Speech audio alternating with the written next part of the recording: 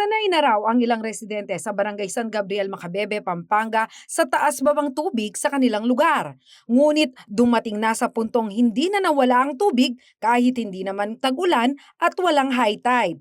Kaya ang dating malawak na palayan, nagmistulang malawak na ilog.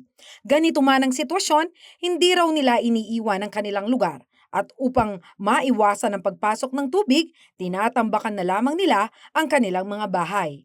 Pero si Mang Larry na halos taon-taon nagpapatambak ng lupa, nagsawa na raw dahil gumuguho rin ito kapag sumasalpok ang tubig.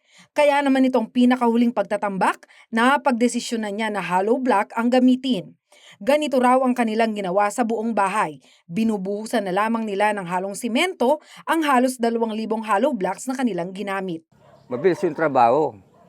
Ito, kahit hindi pa matapos to, kahit lumagli pa yung tubig, kahit wala pang flooring, baka pwede makapaglakad-lakad dito. Ganun lang kasi yun eh. Dito kasi sa lugar na to, lalo na sa mga bebe, masantol, hindi na talagang aalis ang tubig dito dahil yung San Gabriel dyan, may tubig pa dyan eh. Mas nakamura pa daw siya sa paghakot at walang nasasayang. Nadodoble raw kasi ang gastos kung lupa ang kanilang gagamitin dahil sa kalsada lamang ito ay dinideliver at ipahahakot pa nila sa bangka.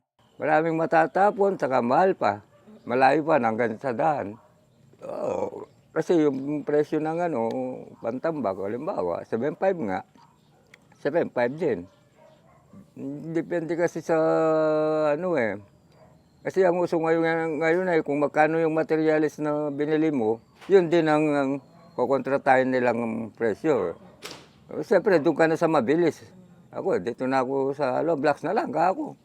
Maliban sa pagtatambak, naging bahagi na raw ng kanilang bahay ang mga kahoy na tulay. Tulay na sumusubok sa balanse ng mga dumadaang residente. Si Aling Carmelita Yambao, hindi na raw pinalalabas ang kanyang mga maliliit na apo dahil mapanganib ang pagtawid. Kung sila lang mag-isa, hindi namin inaalaw na maglakad sila mag-isa dyan kasi delikado.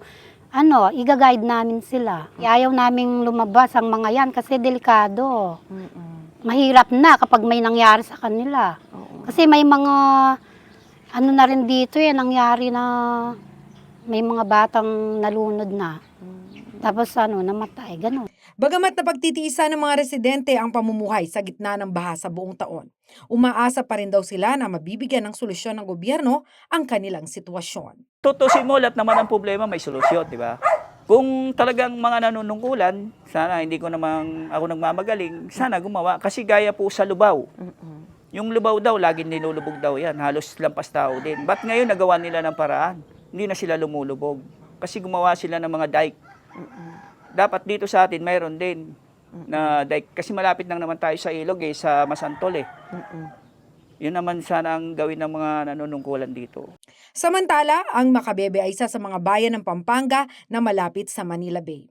Ayon sa pag-aaral ng mga geologist, ang coastal area na ito ay nakararanas ng pagbaba ng lupa o land subsidence ng nasa 9 na sentimetro kada taon.